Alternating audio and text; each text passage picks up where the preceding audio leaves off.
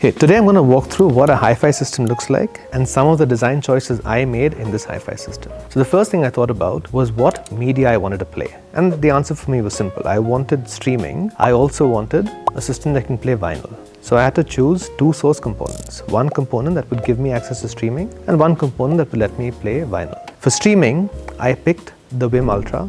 It's a top-class streamer, fantastic bang for the buck, great quality DAC, and WiiM's app is rock solid. But the DAC the Ultra has isn't quite high-end enough for the system I had in mind, and so I decided to use the optical out of the Ultra to bypass the internal DAC and basically use the Ultra as a network transport. The turntable I picked was the Debut EVO 2 turntable from Pro-Ject, handmade in Europe. Not super high-end, about 1.3 lakhs, but it does a phenomenal job and is Pro-Ject's probably best-selling turntable.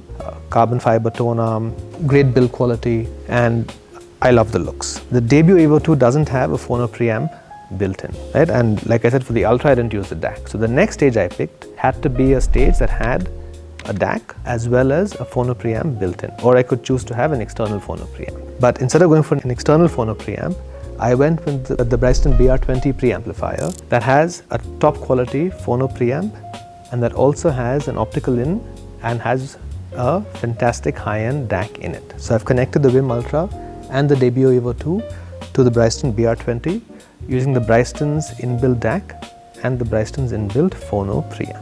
After the BR20 preamplifier, I chose the Bryston 14B power amplifier, which is the monster of power amplifier. It's got two toroidal transformers, ample power, 600 watts per channel, totally 1200 watts. And finally, I had cables running to the Klipschorns.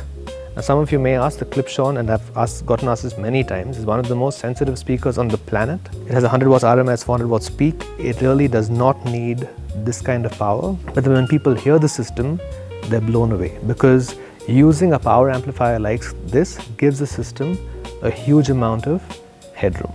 You get more dynamics, it sounds more lifelike, more real, more engaging, and the system never really needs to strain.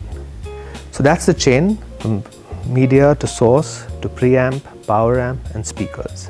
We also have a hi-fi rack, which is very important to minimize vibrations and to isolate everything. And the component that is missing is cables. We're currently using 99.99% OFC cables, but a system like this really deserves hi-fi cables. And to remedy that, we're launching a brand called XLO next month.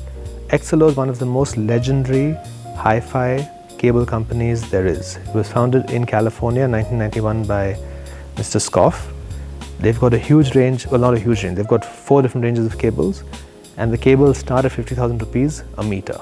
They're not cheap, but you need cables like that to do a system like this justice. So when we get the stock in, I'll be doing another video so you can see what these high-end speaker and power cables look like.